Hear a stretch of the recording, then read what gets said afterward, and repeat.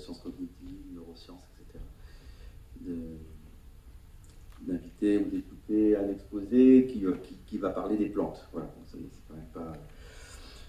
C'est pas classique. Donc je suis moi-même, on l'a dit, là, chercheur à l'INRAE, sur Roseville. Je suis dans un labo d'intelligence artificielle. Alors, je ne suis pas directeur du labo, je suis juste directeur de recherche dans le labo. Mon domaine, c'est à la base l'intelligence artificielle et je travaille en étroite collaboration avec des biologistes des plantes. Et donc je ne suis pas, mes travaux, on va dire, depuis des années, ils sont soit dans la communauté IA, soit progressivement maintenant dans la communauté biologie végétale, biomécanique des plantes, etc. Et donc c'est évident que je ne suis pas inscrit dans la communauté neurosciences, ni dans la communauté des sciences cognitives.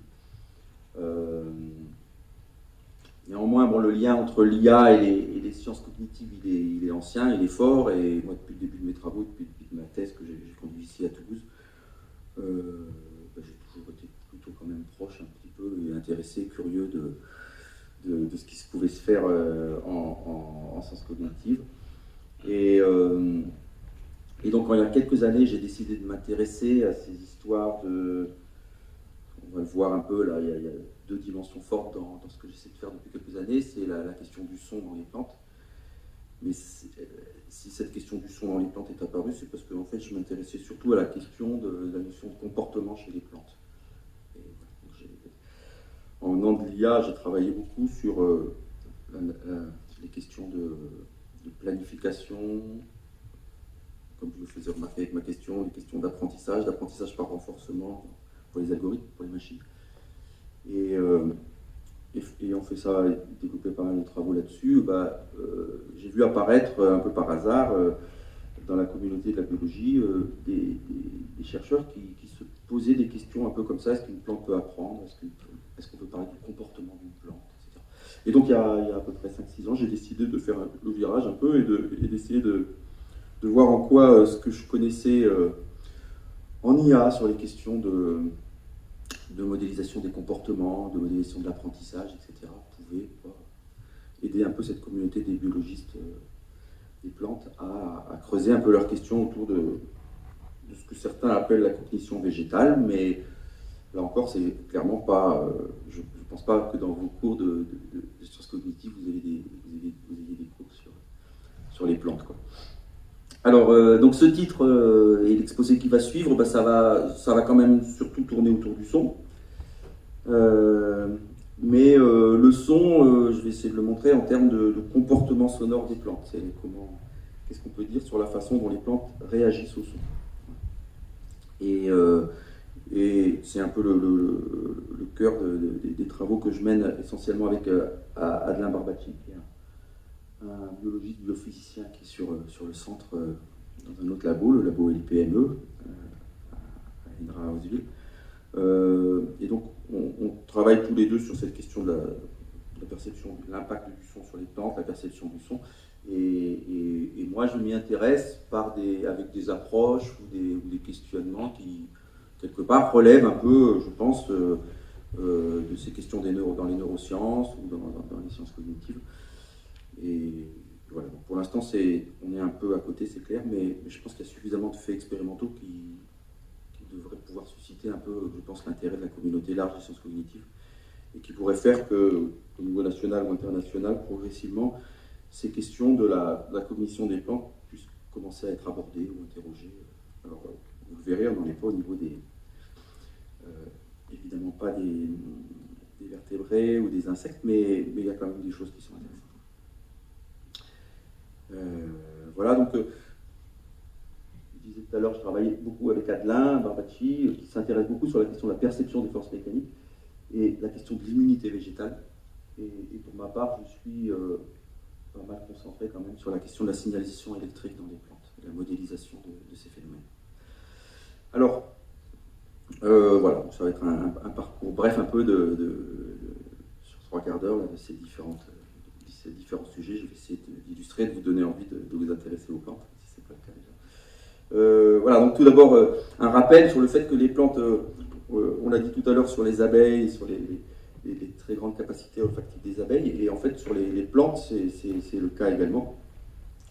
Les plantes sont vraiment des êtres très très sensibles qui réagissent à un grand nombre en particulier de molécules dans l'air, qui ont des capteurs, voilà, des détecteurs cellulaires dédiés pour chacune de ces différentes molécules. Évidemment la lumière, c'est-à-dire qu'au-delà de la perception chimique, il y a une très grande richesse des capacités, de la sensibilité des plantes à la lumière, et c'est pas évidemment juste est-ce qu'il y a de la lumière ou est-ce qu'il n'y a pas de lumière, ou l'intensité de la lumière, mais c'est la richesse du spectre, c'est-à-dire que les plantes sont capables avec d'autres systèmes que nous, hein, c'est pas des bâtonnets, etc., mais les plantes sont vraiment capables de détecter et sont sensibles au contenu spectral de l'information lumineuse, et ça leur permet de sentir des informations sur leur environnement. Est-ce qu'il y a une plante qui leur fait de l'ombre, est-ce que c'est une plante qui leur fait de l'ombre, des choses comme ça. Donc une grande richesse en sensibilité lumineuse. Et puis ça va être un petit peu le thème de l'exposé. Là, les plantes sont très sensibles également. C'est plus récent comme exploration pour nous, chercheurs, mais les plantes sont très sensibles à tout ce qui est touché, tout ce qui va être associé à des forces mécaniques exercées sur les plantes. Ouais. Et donc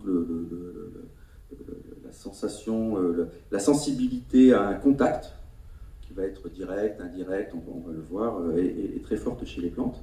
Ça commence à être mieux compris maintenant. Alors ça peut leur servir, pour des plantes un peu originales, ça peut leur servir ce contact, ce toucher va servir à déclencher un piège pour les plantes carnivores illustrées ici. Au passage, donc ces plantes carnivores vont réagir et le piège va se refermer. Le piège de la plante va se refermer si l'insecte se pose au cœur de la plante et puis touche, titille un certain cil qui va... Le truc intéressant ici, juste au passage, c'est qu'on pourrait dire que les plantes savent compter, parce qu'en fait, il faut qu'il y ait 3 contacts répétés à quelques secondes d'intervalle sur ce cil sur ce poil pour que le piège se referme. Mais on a là des câblages très... quelque part, on pourrait dire que la plante peut compter au moins jusqu'à 3, mais on a là des câblages vraiment durs, quoi. On a pu comprendre récemment, modéliser toute la chaîne depuis le contact de l'insecte sur ce poil. Il y a un petit peu de circulation électrique, il y a un petit peu d'information électrique qui passe, on va en reparler.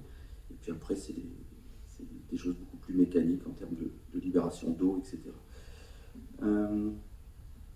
Mais peut-être les exemples, voilà, on a l'exemple, la plante sensitive, quand on la touche légèrement, toutes les feuilles vont se refermer, puis vont se réouvrir quelques temps après. Là, ça illustre très bien la sensibilité des plantes au toucher.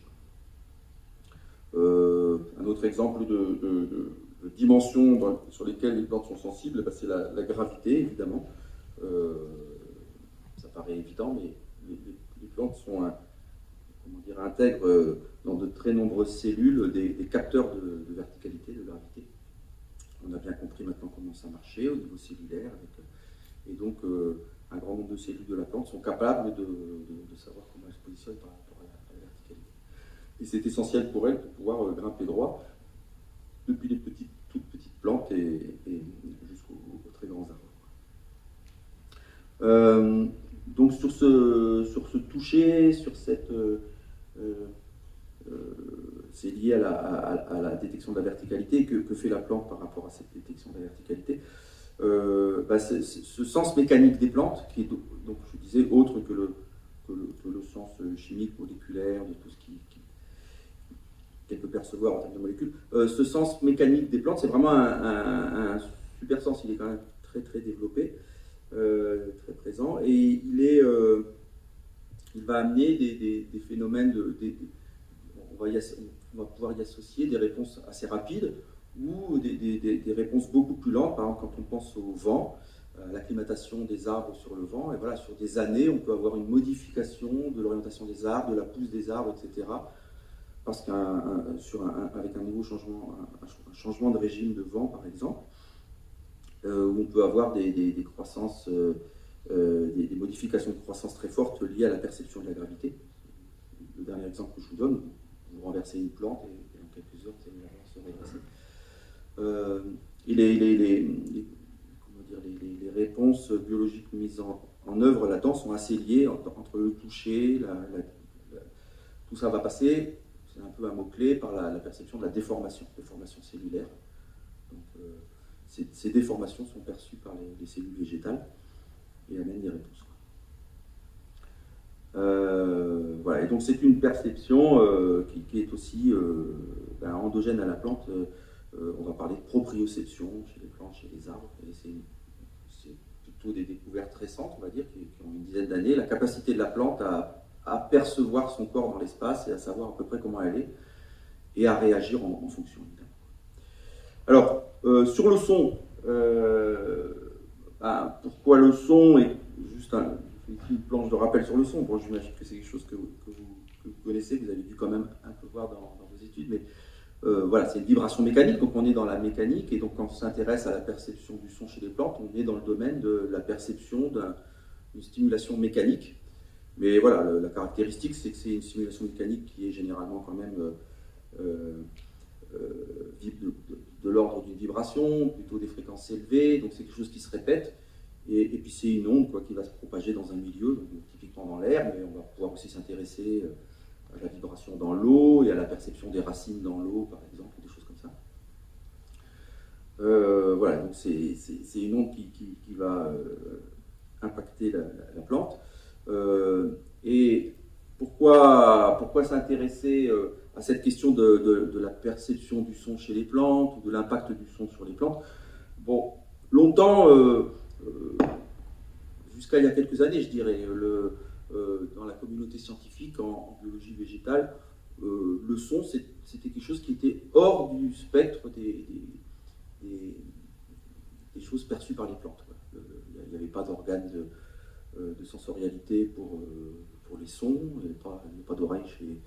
Voilà, il n'y avait pas ce qu'on peut trouver chez certains insectes en termes de détection, de vibration, etc. Donc, voilà, ce qui était enseigné ou ce qui n'était pas enseigné, c'était autour du son, il n'y avait rien sur le son.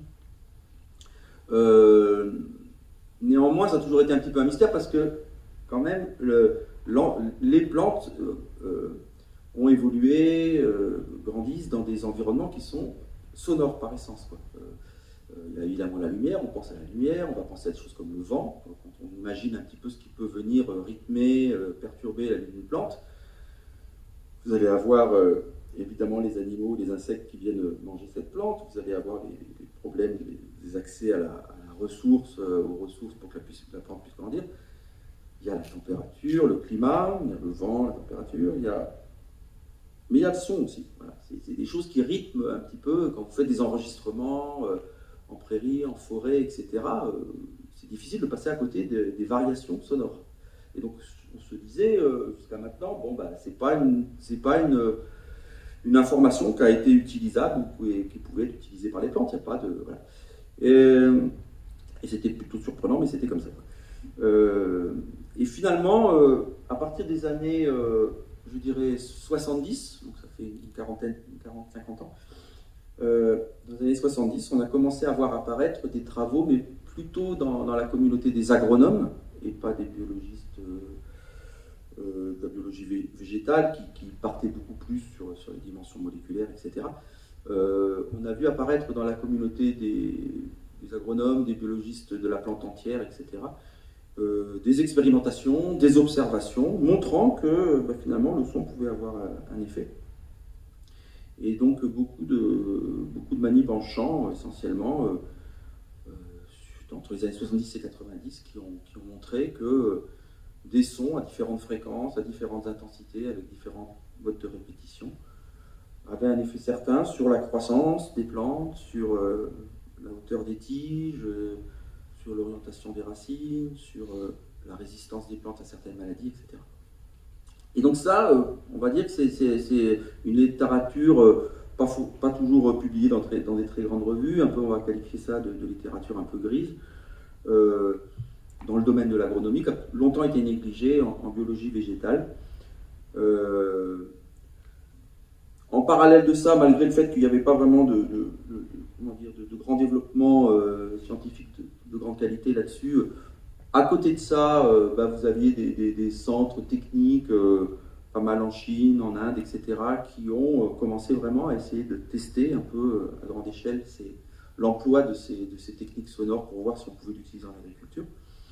Et vous avez en France, en Europe, aux États-Unis, voilà, des structures qui ont essayé de proposer des choses, et ça existe encore, qui essaient de proposer des choses pour du traitement sonore sous serre, etc., mais pour des plantes. Et puis, on va dire qu'il y a une dizaine d'années, les choses ont commencé un petit peu à bouger dans la communauté scientifique. Au départ, pas dans le domaine de la biologie végétale, mais plutôt dans le domaine de l'écologie. On a commencé à avoir des équipes avec des chercheurs de qualité qui se sont intéressés à essayer de creuser un peu ces questions et qui ont pu faire des manips un peu différentes. Finalement, il a été illustré, montré que les plantes, effectivement, pouvaient détecter et pouvaient interpréter des sons. Ça, c'était on va dire la nouveauté de ces 10 dernières années. Alors, j'ai mis un exemple ici avec la pollinisation par bourdonnement. Je pense qu'il y a eu un reportage, vous avez peut-être dû voir un reportage il y a quelques jours, je crois que c'était sur Arte, sur ces histoires d'interaction entre les fleurs et le son. Et il doit être en replay, donc je pense que ça vaut le coup de regarder si vous ne l'avez pas vu. Voilà, donc on a commencé à avoir pour le coup des choses qui sont plus un peu plus bien assises expérimentalement et scientifiquement, et qui montraient qu'effectivement il y a quelque chose qui se passe, les plantes peuvent réagir à du son. Et puis on a eu dans la foulée, ça c'était il y a quelques années, des résultats expérimentaux qui allaient encore un peu plus loin, et le premier qui a peut-être marqué le plus, ça a été celui-là où on a pris une plante classique de labo qui est Arabidopsis thaliana, et plante une petite salade comme ça, et puis donc c'est une plante qui peut se faire manger par une chenille. Donc, si vous mettez la chenille sur la plante, si la chenille a faim, elle va dévorer la plante. Et puis une des façons de réagir de la plante, c'est de détecter d'un point de vue moléculaire la salive de la chenille, et puis commencer très rapidement à produire des molécules qui vont dégoûter la chenille. C'est un peu comme ça le cycle de défense. Généralement, elle n'arrive pas à complètement rejeter la chenille, mais elle tente quand même de se défendre. Et donc la production de certaines molécules par la plante qui vient réagir, qui est en réaction à la détection salivaire. Et les auteurs ici ont mis des micros très fins pour enregistrer le son produit par la mastication de la chenille. Et le papier en question, et l'expérience qui est décrite dans ce papier, en gros, c'est on va reproduire le son, la vibration sur la feuille de la mastication de la chenille, mais il n'y a plus de chenille, il n'y a plus de chimique, il n'y a plus de salive, il n'y a plus de... Et les papiers montrent de manière significative que la feuille, la plante, commence à produire les molécules qu'elle produit d'habitude quand elle a détecté les molécules présentes dans la salive. Et donc là, la richesse de l'expérience, elle tient au fait que c'est pas uniquement détecté, comme on a pu le voir avec la pollinisation, où c'est quand même des fréquences assez caractéristiques de l'insecte, de l'abeille, du bourdon. Là, c'est quand même, ça nécessite une certaine interprétation, c'est-à-dire que si on n'envoie pas le bruit de mastication, mais si on envoie un bruit blanc, ou si on envoie des sons un peu plus purs, un peu plus simples, il n'y a pas la production de molécules en question. Et donc, au-delà de juste la perception du son, ce qui n'était déjà pas évident, il y a aussi une certaine reconnaissance, quoi. Et puis après, il y a eu des papiers d'autres auteurs qui ont poursuivi dans cette direction de la capacité à interpréter des sons un peu riches. d'autres auteurs qui ont montré que des plantes pouvaient, donc c'est avec un petit peu, là c'est du pois, c'est une autre plante, et on la force on binarise un peu sa trajectoire, on la force à aller à gauche ou à droite avec un Y comme ça. Et en gros, l'idée, c'est ce qu'ils ont montré, c'est que en envoyant du son lié à de la présence d'eau, du son de cours d'eau, la plante allait de manière significative plus souvent en direction de la branche du Y, d'où venait le son du cours d'eau. Donc là encore, déjà, ça veut dire que la plante perçoit du son, quoi. Et puis deux, qu'elle a une capacité minimale d'interprétation de ce son. Et donc, depuis quelques années, on voit, alors, de plus en plus, mais ça reste quand même des travaux assez isolés, mais en fait, on voit quand même de plus en plus de travaux qui décrivent des comportements sonores, c'est-à-dire une plante qui perçoit un signal sonore et qui va réagir d'une manière ou d'une autre. Ça peut être, comme l'image d'en haut le montre, des racines qui vont s'orienter un peu plus vers du son, ou des choses comme ça. Voilà, donc depuis quelques années, je vous le disais, dans la communauté, dans une petite branche de la communauté de la biologie des plantes, des chercheurs qui s'intéressent à ces histoires de comportement sonore. Et nous, dans le labo, de bio, l'IPME avec qui je travaille, avec Adelin, là, eux, en termes de comportement, ce qui les intéresse tout particulièrement, c'est la notion d'immunité, de défense des plantes face à des agresseurs, face à des bioagresseurs. Que ce soit des insectes ou des champignons, c'est plutôt des champignons pour eux, là, dans les études qu'on fait. Donc on s'intéresse à comment une plante va se défendre quand un champignon l'attaque. Et dans ce cadre-là, on s'est intéressé à l'impact du son, une perception sonore, sur cette capacité à se défendre. Et pourquoi on a fait ce genre de manip? C'est parce que, je le disais tout à l'heure, on avait trouvé des publis d'agronomie qui laissaient entendre que des plantes soumises à du son, de manière un peu répétée comme ça, se défendaient mieux par rapport à d'autres, sur des parcelles, en serre, etc., se défendaient mieux. Et donc c'était quelque chose qui méritait d'être un peu creusé. Et en parallèle, je vous le disais, des petites boîtes qui proposent, des entreprises qui proposent des services comme ça pour les mettre du son sous serre, alors qu'il n'y avait aucune base scientifique à ça, qu'il n'y a toujours pas beaucoup de base scientifique à ça, mais des boîtes qui proposent des boîtiers sonores qu'elles vont louer à des agriculteurs, ou qu'elles vont vendre à des agriculteurs. Et donc voilà, il y avait des faits expérimentaux, des faits observés en exploitation, et puis on s'est intéressé donc à creuser ça. Et on s'est posé donc la question de l'impact de répétition de stimulation sonore par rapport à la résistance d'une plante quand elle est attaquée. Et puis, on a pu montrer que, au-delà d'un certain nombre de jours avec du son répété, donc tous les matins, on envoyait du son sur les plantes,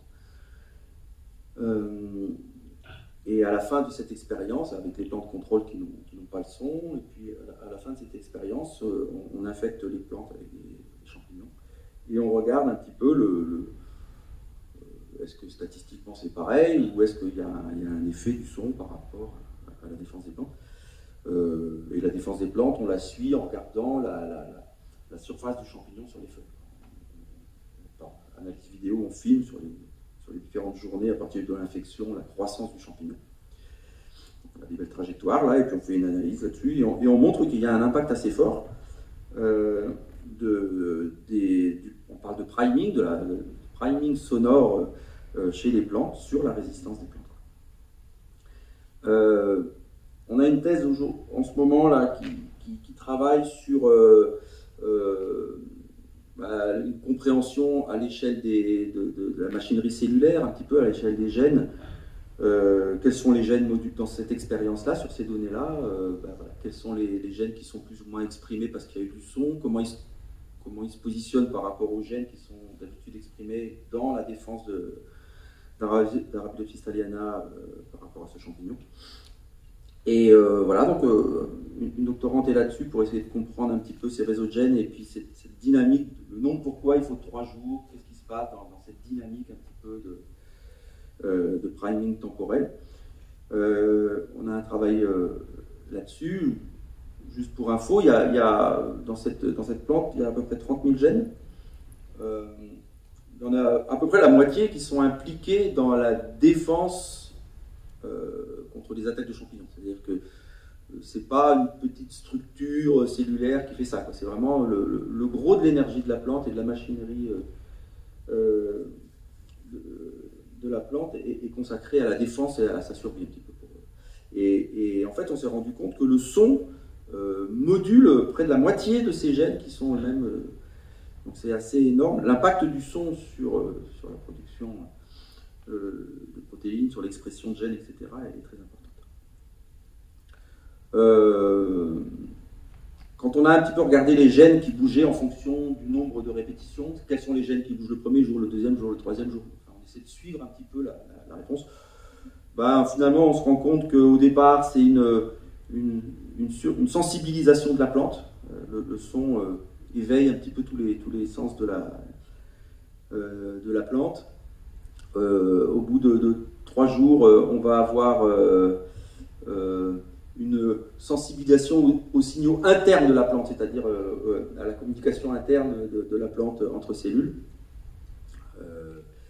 Et au bout de 10 jours, c'est là où on a vraiment une modification du fonctionnement cellulaire avec vraiment des modes de production de protéines, etc., qui vont être vraiment différents entre les plantes qui ont du son et celles qui n'ont pas.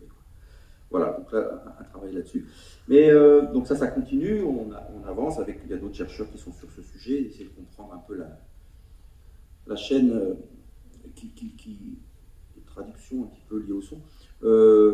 Mais la question qui est restée derrière et qui reste derrière, c'est mais finalement comment les plantes perçoivent le son. Enfin, voilà, quand on dit du son sur des plantes, qu'est-ce qui... Il n'y a pas de système auditif identifié, il n'y a pas de... Voilà, donc la question était là et on est parti sur ce sujet-là il y a quelques temps avec plutôt des acousticiens, des physiciens, donc on travaille beaucoup avec un laboratoire qui est au Mans, CNRS, et le LOB en acoustique. On a cru un moment, ce qui était dans la communauté scientifique, les quelques chercheurs, équipes qui travaillent là-dessus, avaient émis l'hypothèse que ça pouvait être, une explication possible était la présence de trichomes, donc des poils un peu qui sont sur beaucoup de plantes et qui ont vraiment comment dire, toutes les caractéristiques pour être un peu des détecteurs de vibrations, un peu, et donc ces petites antennes. Donc il y a eu un papier qui est sorti dans un journal de biophysique sur la modélisation un peu de ces trichomes pour montrer que les modes propres de vibration collaient bien avec les fréquences du son, etc. Et donc il y avait vraiment la possibilité pour que ces trichomes soient un peu les antennes de réception du son à la surface des feuilles des plantes. Bon, on a fait des manips avec des mutants où on a soit enlevé ces trichomes, soit détérioré la forme de ces trichomes. Et on arrive quand même à la conclusion que la plante continue à percevoir, ou en tout cas, on ne sait pas si elle perçoit, mais on voit l'effet et on arrive à la conclusion que la plante continue à afficher ses scores de meilleure résistance parce qu'elle a subi du son. Et donc ça remet quelque part un peu en cause l'explication unique des trichomes. Peut-être qu'ils participent, mais il doit y avoir autre chose.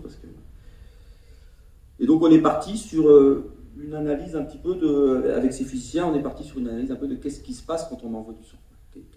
Qu'est-ce qui vibre, qu'est-ce qui bouge, est-ce qu'on peut essayer de caractériser ça? Et donc on a fait sur des bancs de vibration avec un laser et on mesure un peu précisément ce qui bouge. Et on a réussi à donc mesurer les modes de vibration, les patterns de vibration entre des feuilles et des tiges quand on envoie du son à différentes fréquences. Le long de la feuille, et arriver donc à avoir des profils, reconstituer des profils de vibration. En gros, les plus grands, quand on se met à des basses fréquences, genre 200-300 Hz, c'est déjà quelque chose d'assez sourd, quoi. Sur ces sons-là, et c'est là où on va avoir les plus grandes amplitudes de vibration, et on ne va pas dépasser le micron. Donc les feuilles bougent avec un déplacement d'1 micron à peu près, au maximum, dans ce qu'on a mesuré, je veux dire. Et bon, voilà, un micron, c'est déjà, on est... c'est bien plus... Là, on vous a mis l'épaisseur, je vous ai mis l'épaisseur d'un cheveu. Il faut imaginer un dixième de cheveu, encore plus fin.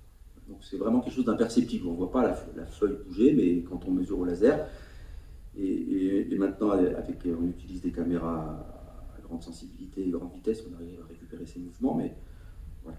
Donc on est plus de l'ordre d'une globule. Là, on joue une globule rouge. On est plus de cet ordre-là.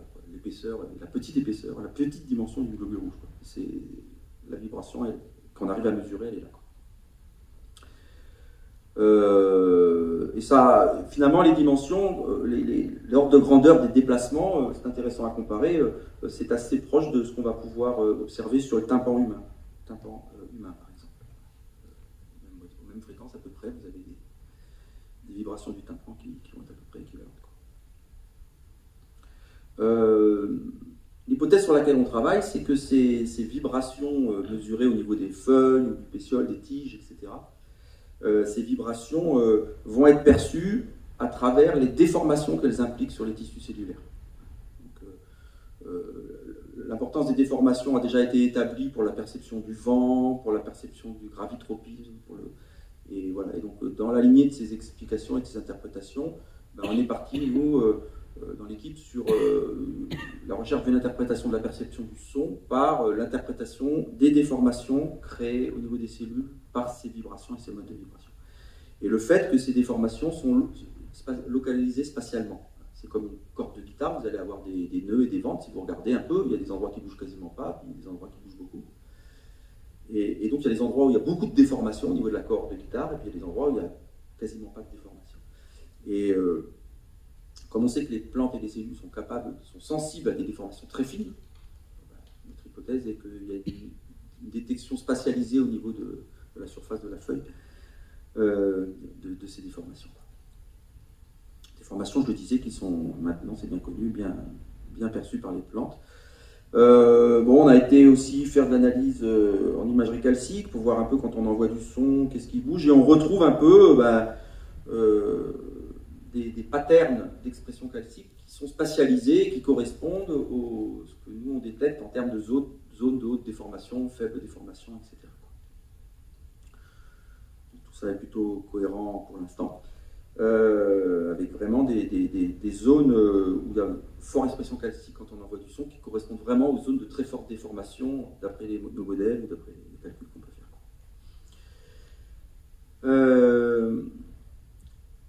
Je le disais tout à l'heure, on travaille, donc ces dernières années, on a pas mal travaillé avec de la mesure laser. Maintenant, on travaille de plus en plus avec, parce que c'est moins coûteux, les expériences sont plus simples à mener. On travaille beaucoup avec de l'imagerie alors c'est pas des caméras qui coûtent très très cher à 100 000 images par seconde, mais on travaille des petites caméras à 1000 images secondes. Et déjà, ça nous permet vraiment de reconstituer avec des méthodes un peu d'analyse d'image, d'IA un peu sophistiquées. On arrive vraiment maintenant à avoir ce genre de vidéo où on va récupérer le film des déplacements sur des films à 300 Hz, par exemple. On arrive à reconstituer ça, et là, c'est des déplacements qui font moins d'un micron. C'est-à-dire moins d'un micron, c'est le dixième d'un pixel. Mais par des variations l'appareil photo, enfin la caméra étant capable d'avoir une discrétisation en nombre de couleurs, la modification subtile de ces différents indices de couleurs dans l'image, quand on prend 1000 images par seconde, on est capable de reconstituer des dynamiques assez fines. Donc on obtient ce genre de film et on recale ça et on vérifie que c'est cohérent avec des images, des données beaucoup plus précises qu'on obtient au laser et beaucoup plus pénibles à obtenir. Voilà, donc comment les plantes perçoivent le son? Aujourd'hui, notre hypothèse, c'est à travers le mouvement de la plante et de la feuille, qui va impliquer des déformations. Ces déformations vont être perçues au niveau cellulaire.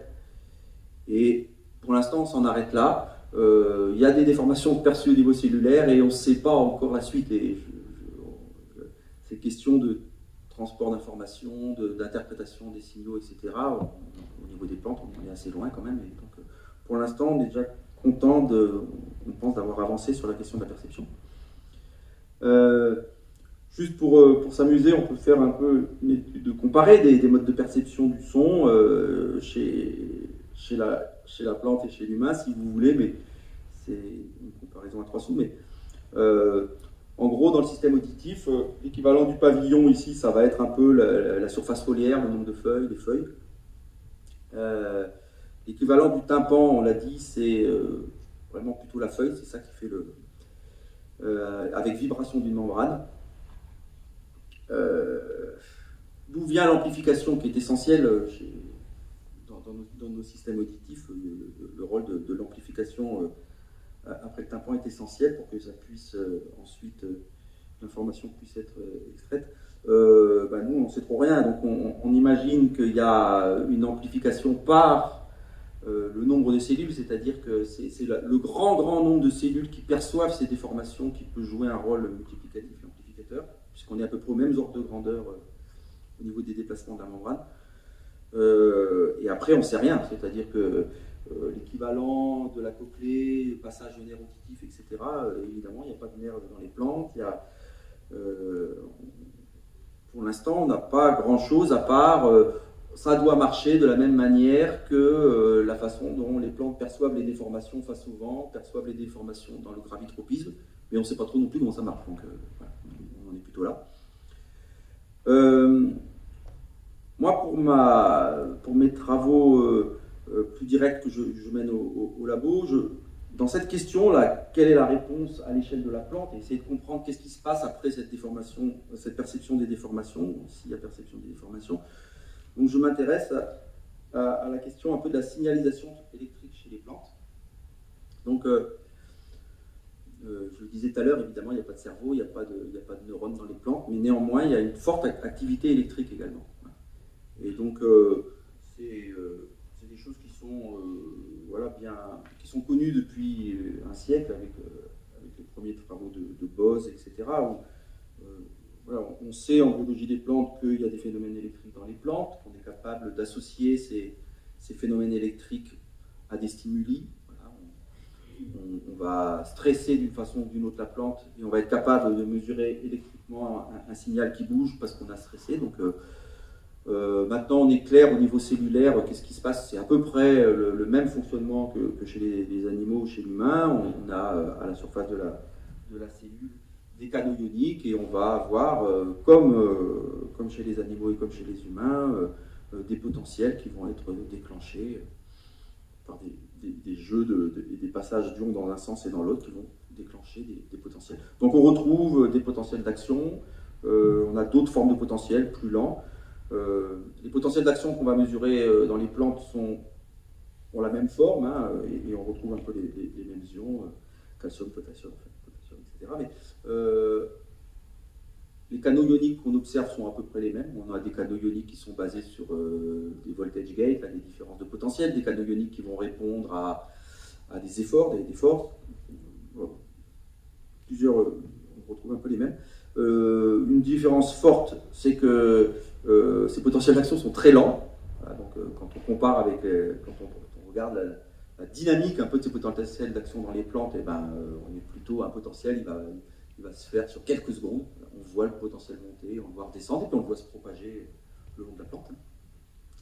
Et donc on est de l'ordre 1000 fois plus lent à peu près, on peut garder ça en tête. Donc, les phénomènes électriques dans les plantes sont 1000 fois plus lents que chez les animaux ou chez les humains. Enfin, en tout cas que chez les humains. Quand on a fait ce constat, qu'on est capable de mesurer des signaux électriques dans les plantes, que quand on fait différents stress, on a des signaux électriques qui réagissent, qui bougent. Quand on a fait ce constat, on n'a pas été très loin, et c'est vrai que pour l'instant, on n'a pas une grande compréhension de à quoi sert tout ça. On a pu trouver tout à l'heure, je vous montrais avec cette plante carnivore qui se piège, qui, après 3 stimulations d'un poil au cœur de la feuille, là, se referme. On a pu montrer qu'il y avait un transfert électrique. Donc maintenant, c'est quand même accepté l'idée qu'il y a une signalisation électrique au sein de la plante, à travers l'ensemble des cellules. Il n'y a pas de cellules dédiées, donc il n'y a pas de neurones. Ça ne va pas très vite, mais il y a une circulation électrique qui peut aller de... Alors, en gros, les vitesses, je le disais, c'est quand même... vous avez vos deux électrodes là, vous avez le potentiel, vous attendez 1 minute et vous le voyez passer là, quoi. Donc, c'est assez lent. Mais on a pu établir des situations où cette signalisation électrique est indispensable pour que l'information passe. Mais dans la communauté de la biologie végétale, quand même, le dogme reste un dogme plutôt moléculaire. Donc le gros de l'info passe par des échanges moléculaires. Et après, il y a 2 voies un peu nouvelles en ce moment dans cette communauté. Cette voie de la signalisation électrique, mais ce n'est pas encore très clair. Et puis l'autre voie, c'est la signalisation mécanique, c'est-à-dire des ondes de pression dans le phloème, dans le xylème, des pressions intercellulaires. Donc la capacité de la plante à détecter au niveau de la surface de ses cellules, au niveau de la membrane, de détecter des ondes de pression ou de l'information. Voilà, ça c'est les 2 voies. Et associé à ces 2 voies, il y a évidemment une signalisation calcique. La plante serait capable de détecter des signatures calciques, des choses comme ça. Donc on s'inscrit un peu dans ces travaux quand on fait ça. Et donc pour creuser un peu la question du son et de la perception du son chez les plantes, on a conduit différents types d'expériences où qu'on continue d'essayer d'explorer et de creuser. Ça va être des expériences où on va donc placer les électrodes en différents endroits de différentes plantes, faire de la stimulation sonore et essayer d'interpréter ces signaux électriques pour voir si on arrive à détecter quelque chose dans le signal qui correspond, qui serait associé à cette stimulation sonore pendant ou après. Donc c'est le type de signaux qu'on peut avoir. Ici, vous avez, on fait ces signaux sur des heures, sur plusieurs heures, et on enregistre différentes plantes, différentes électrodes par plante. Et puis là, sur la fenêtre temporelle, par exemple, on envoie du son dans la salle, dans la pièce, et puis on continue d'enregistrer, et on creuse un peu pour voir s'il y a quelque chose au niveau électrique qui change pendant le son, après le son, des choses comme ça. Donc, ça, c'est le type d'expérience et de travaux qu'on mène. Les premiers résultats ont été des analyses simples du signal, n'ont pas permis de, quand je dis analyse simple, ça va être des analyses statistiques de base, ça va être des modèles analyse du spectre simple pour voir s'il y a une différence, etc. Rien de vraiment concluant. Et jusqu'à ce que je découvre, au début du Covid, j'avais organisé une conf d'apprentissage. J'avais une grosse conf d'apprentissage sur la conf CAP, Machine Learning IA. Là, on avait organisé ça, j'avais organisé ça sur Toulouse. Et un des professeurs invités était venu parler de l'utilisation du deep learning, du machine learning pour analyser des électroencéphalogrammes. Et il faisait de la classification entre des patients atteints de certaines maladies ou dysfonctionnements au niveau du cerveau, uniquement sur la base des EEG.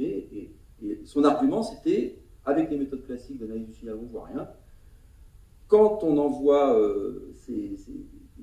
des segments de ces enregistrements EEG, quand on les envoie sur des algos de type deep learning ou apprentissage profond, là, finalement la machine arrive assez bien, avec un grand nombre de données évidemment, assez bien à distinguer entre des données qui viendraient d'un patient qui est malade ou qui va être malade dans les mois qui viennent. Et donc finalement, bingo, on a essayé de faire ça sur nos données de plantes, parce qu'on avait quand même des heures d'enregistrement, avec de la même manière des choses qui sont sorties et qui sont intéressantes, qui sont difficiles à expliquer d'un point de vue biologique, mais qui sont intéressantes parce qu'on arrive effectivement l'algorithme arrive à bien classifier sur la base des signaux électrophysio normalisés, centrés. Donc on a vraiment plus que la dynamique. Donc on prend des signaux sur 10 secondes à peu près, on prend 10 secondes ou 5 secondes là, et puis à 100 Hz, on prend 5 secondes d'enregistrement. Et c'est 5 secondes du vecteur des électrodes là, et on demande à l'algo de classer est-ce qu'on est avant le son, pendant le son ou après le son. Et avec des taux de réussite qui sont intéressants. Donc ça, il faut qu'on creuse, qu'on continue de travailler là-dessus. Le deuxième type d'expérience qu'on conduit là, c'est essayer de faire du lien plus clair entre les sons qu'on envoie sur des plantes et la réactivité comportementale. Est-ce qu'il y a quelque chose est-ce qu'on voit quelque chose changer? Et donc là, on a été travailler avec une plante assez originale qui s'appelle Desmodium gyrans. Donc c'est une plante un peu unique qui a la propriété de beaucoup bouger à l'œil. Enfin, on la voit bouger à l'œil nu à des fréquences, avec des temps caractéristiques de quelques secondes. Et donc c'est facile à expérimenter. Donc on a pris ce type de plante et puis on a fait des manips avec des designs expérimentaux classiques, hein, sans doute dans votre communauté. D'ailleurs, je travaille sur ce sujet. On travaille avec un collègue, David Amarantini, qui est plutôt STAPS et qui est sur la biomécanique humaine, mais avec lesquels on a trouvé pas mal de points d'accroche sur de l'analyse électrophysio sans cerveau, quelque part. Voilà. Lui, il travaille plutôt sur les muscles, nous, on travaille sur les plantes et les feuilles, et on essaie de voir si on a des choses à partager. Voilà, donc des designs où on prend des feuilles, son, pas son, avec du recours entre les deux, et on essaie de voir si... Donc on a des dispositifs d'analyse vidéo pour automatiquement extraire plus ou moins automatiquement extraire les mouvements, et puis on analyse un peu ces mouvements pour voir si le son change quelque chose assez dynamique. Et l'étape d'après, donc on travaille, on va passer tout à l'heure Océane, mais voilà.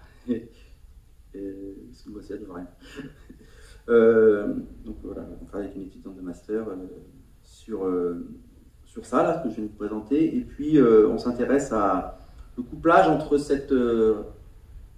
ces mouvements qui seraient ou pas induits par du son, d'accord, et des mesures électrophysiologiques simultanées. Voilà. Et on s'intéresse, ce qui nous intéresse tout particulièrement, c'est la recherche de cohérence, de synchronicité entre des signaux électriques et des mouvements. On s'est mis sur une plante qui a des mouvements forts et pour lesquels c'est facile de faire.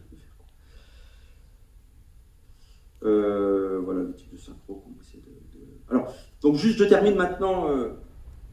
Je vais essayer de dépasser juste un peu la question des comportements sonores pour aller un peu plus pour finir sur ces questions de comportement des plantes. Je ne pense pas que j'aurai un seul transparent avec le mot intelligence des plantes, mais je pourrais peut-être le mettre à la fin. Mais j'ai évoqué ici des comportements sonores, c'est-à-dire la réponse de plantes à des stimuli sonores. Et en fait, il y a maintenant toute une petite communauté de chercheurs qui s'intéresse à l'étude plus générale des comportements des plantes, qui essaie de voir en quoi on peut associer à la plante non pas uniquement une capacité à grandir, à croître, à se développer, mais aussi une capacité à se comporter. Et ça, c'est jusqu'à maintenant, c'était pas un concept qui était trop manipulé en biologie végétale. Et voilà, et ça commence. Quand je dirais que ça commence à venir, c'est pas tant ça, ça commence à être étudié, ça commence à être interrogé un peu plus depuis une dizaine d'années. Et donc ces comportements plus généraux, c'est l'idée de traduire à partir de stimuli qui peuvent être biotiques, abiotiques, d'autres animaux qui viennent les embêter, ou le vent, ou la pluie, la gravité, etc., la lumière, donc beaucoup de sources de stimulation, de stress.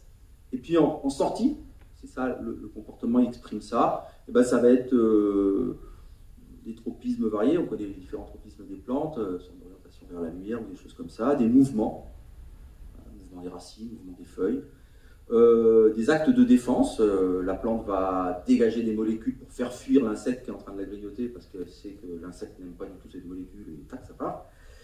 Ou de la communication, c'est-à-dire une plante qui va appeler à la rescousse d'autres insectes qui vont venir dévorer celui qui s'est posé sur elle et qui est en train de la manger, des choses comme ça. Donc de la communication entre plantes pour prévenir, anticiper la production de molécules, parce que des premières plantes sentent un agresseur, détectent un agresseur, vont émettre des molécules pour chasser cet agresseur, mais en même temps vont produire des des molécules volatiles qui vont alerter les plantes à côté pour qu'elles commencent déjà à produire la défense avant que l'agresseur arrive. Des choses comme ça, voilà. Donc c'est ça qu'on va mettre dans le qualificatif de comportement.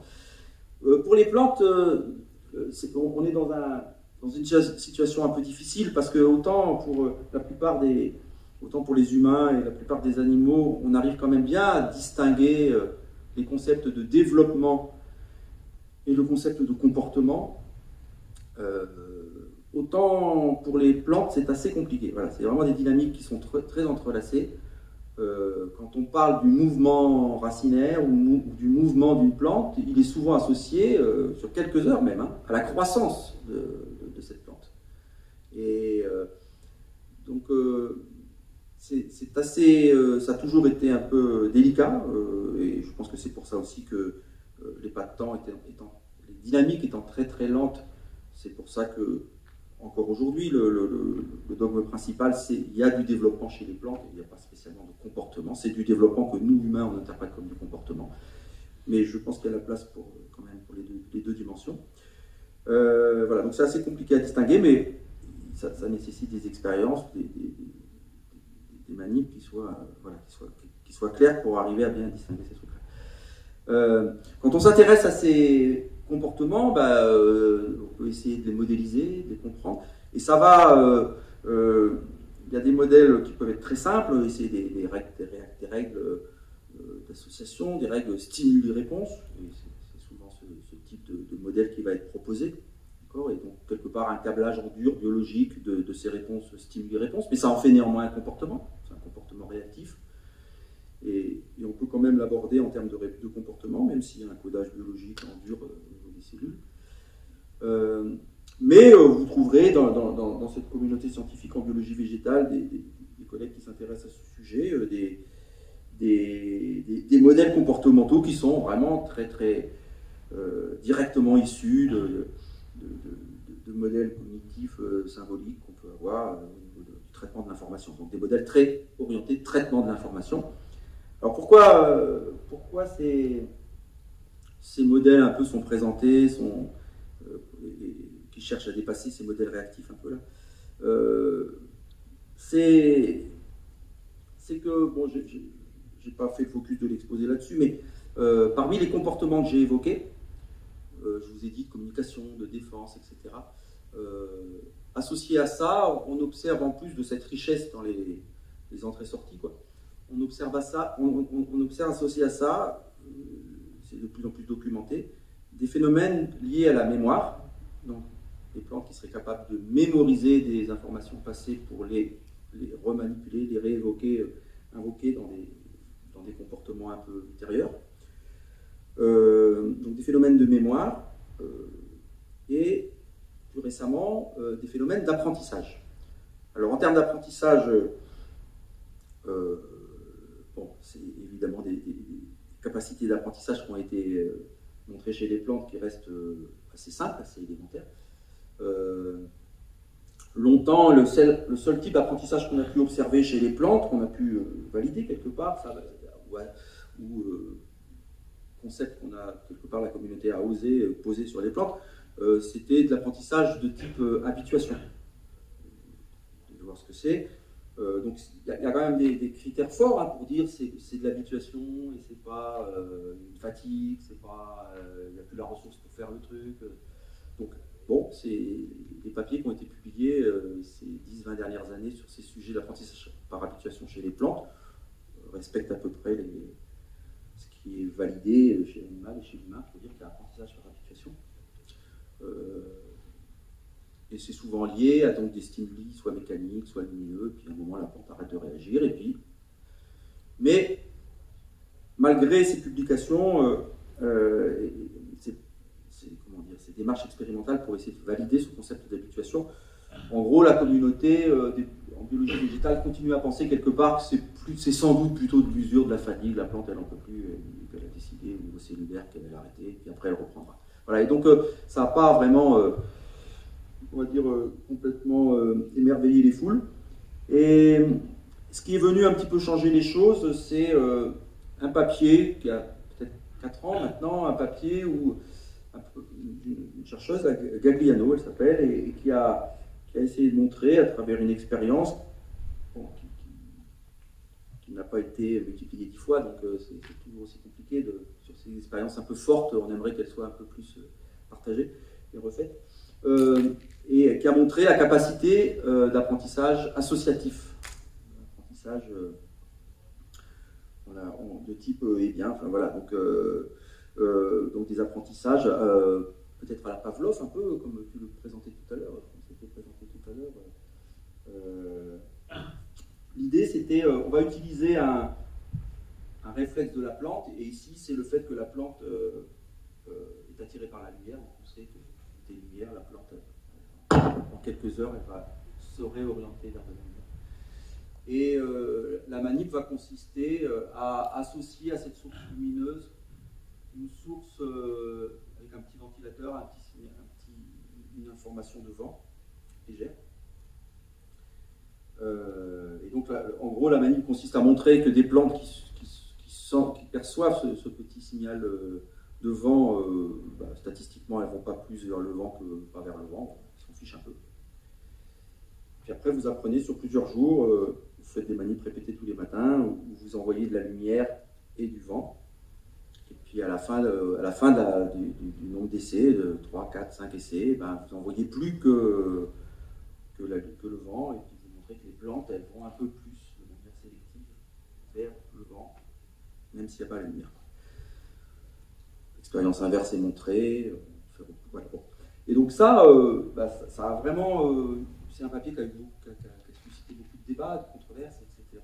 Le papier est là, il n'a pas été... Les manips n'ont pas été contestés. Disons qu'on en est toujours dans essayer de comprendre un peu comment est-ce possible, est-ce qu'on peut vraiment parler d'apprentissage associatif chez les plantes, etc. Et donc, on en arrive avec ces travaux sur des comportements plus riches, qui commencent à être riches, avec des modèles un peu cognitifs du comportement des plantes, et avec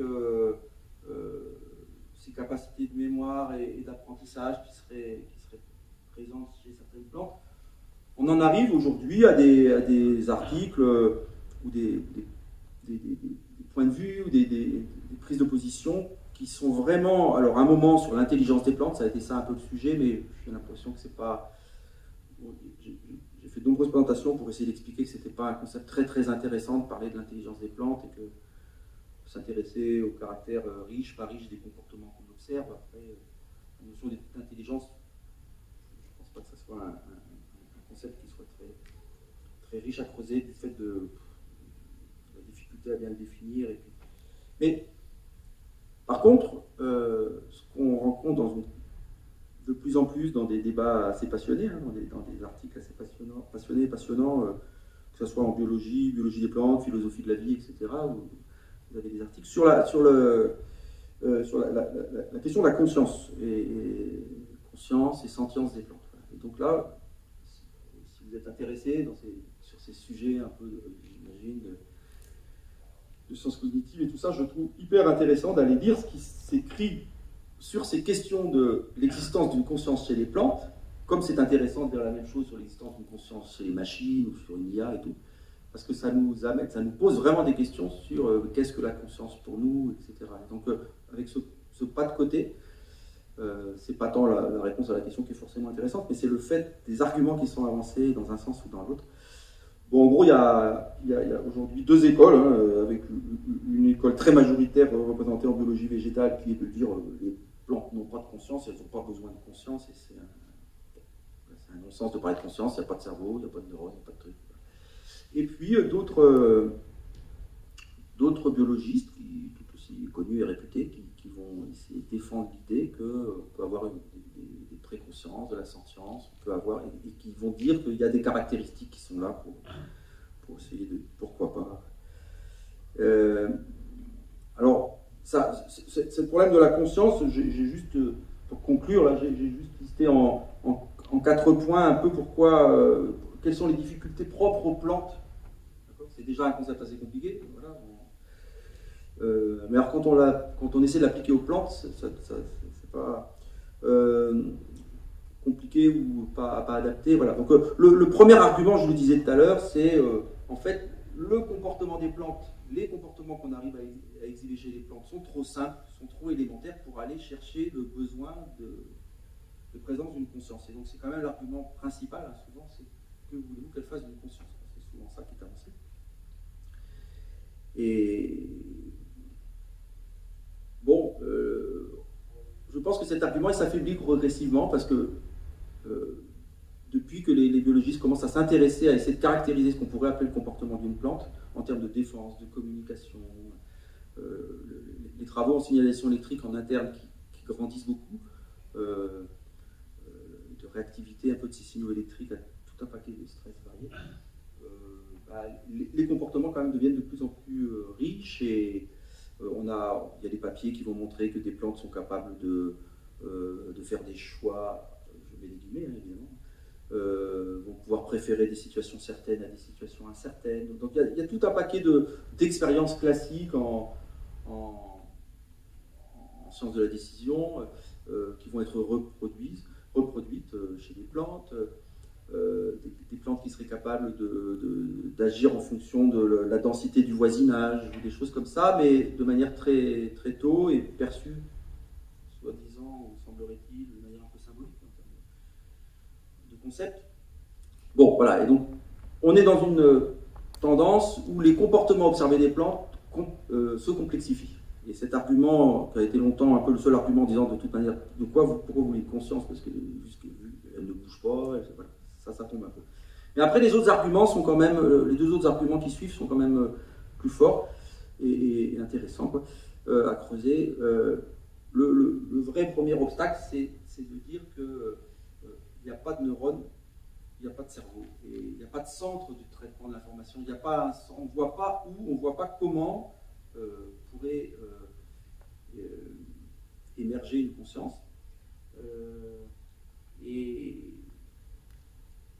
sans pour autant que ça soit évidemment très clair du support biologique de la conscience chez l'humain, chez les animaux auxquels on pourrait associer une conscience, sans que ça soit complètement établi et qu'on sache précisément qu'est-ce que c'est que la conscience. Néanmoins, cet argument il est souvent utilisé pour dire mais ouais, il n'y a pas de neurones, il n'y a pas de cerveau, il n'y a pas de support biologique à ces questions-là, donc arrêtez de parler de ça. L'autre point qui est intéressant, c'est la question, je pense, c'est la question de la conscience de qui, la notion d'individu. Pour les plantes, la notion d'individu est souvent beaucoup plus complexe que pour l'animal. On voit un corps, évidemment, on voit une plante, mais le problème, du fait de modes de reproduction, par clonage, etc., du fait de la durée de vie de certains végétaux, vous prenez des arbres plusieurs fois centenaires, en fait, il n'y a pas un génome dans l'arbre, quoi. Donc la notion d'individu est plus compliquée, beaucoup plus compliquée. Vous avez des plantes qui apparaissent pour nous comme un individu, en fait c'est une population, etc. Et donc, quand on dit, souvent derrière conscience, on va associer la notion d'intention. C'est le lien un peu entre la perception et l'intention, c'est là qu'on va mettre la conscience. La notion de libre arbitre, quelque part, c'est ça qu'on va mettre derrière conscience. Et dire qu'une plante a une conscience, ça serait comme si une plante avait un libre arbitre. Et donc les chercheurs qui s'opposent à ça, qui essaient de trouver des arguments pour calmer un peu ces débats, peut-être des fois, ramènent ça à cette question de base, c'est le libre arbitre de qui, parce qu'on est en train de parler c'est pas vraiment un individu, c'est une population, etc. Donc, en tout cas, réfléchir sur la notion de conscience du végétal amène nécessairement à réfléchir à la notion d'individu, qui on est, qui forme. Je pense que c'est vraiment intéressant, même pour vous qui ne travaillez pas sur les plantes, j'imagine. Je trouve que c'est vraiment intéressant de regarder cette littérature. Et alors, j'ai l'impression que depuis quelques années, récent, hein, moins de 5 ans, tous ces débats autour de la conscience des plantes évoluent vers, alors on fait attention, on dirait plus conscience, on dirait sentience. Alors, je ne sais pas si dans vos domaines c'est des choses qui sortent beaucoup, mais alors la sentience du végétal, ça rassure, mais bon, ça serait un peu la conscience sans le libre arbitre, quoi. Voilà, comme ça je le vois. Comment ses collègues essaient de parler de ça. Donc en gros, la plante aurait la capacité à percevoir son état, à avoir des sensations, elle pourrait ressentir la soif, ressentir le manque de nutriments, ressentir le stress en température, d'ailleurs on est capable de ressentir peut-être la douleur, on est capable d'anesthésier une plante, on sait anesthésier une plante, ça va calmer tous les échanges, au niveau électrophysiologique ça va être plat, très, très faible, ça va. Et donc on se dit, bah, finalement les plantes elles sentent des choses en interne, et donc peut-être que les oreilles sentent. Mais je ne pense pas qu'on résout vraiment le problème. Alors je vais terminer juste c'est quasiment ma dernière planche là, pour vous dire que ces questions autour du comportement des plantes, de la relation de l'homme à la plante, de la conscience des plantes, etc., bah, c'est des choses qui dépassent un peu presque le simple domaine, qui touchent beaucoup les gens quand je présente ces travaux, etc. Et ça a été pour moi l'occasion de travailler avec des artistes pour essayer de présenter des dispositifs artistiques qu'on va mettre dans un cadre art-science. C'est des échanges entre des chercheurs et des artistes, pour essayer d'illustrer un peu ces questions-là et de faire réagir les gens. Et je constate que cette question de l'agentivité des plantes, la conscience des plantes, etc., c'est un sujet qui touche beaucoup les gens. Voilà, je termine très rapidement par un peu les différentes collègues avec qui je travaille. Et donc peut-être dans ces communautés-là, celui que vous pourriez peut-être qui serait peut-être le plus en lien avec vous, bah, c'est David Amarantini de Tonic, qui, je le disais, ça va être plutôt de la neurophysiologie et des neurosciences. Et voilà, merci.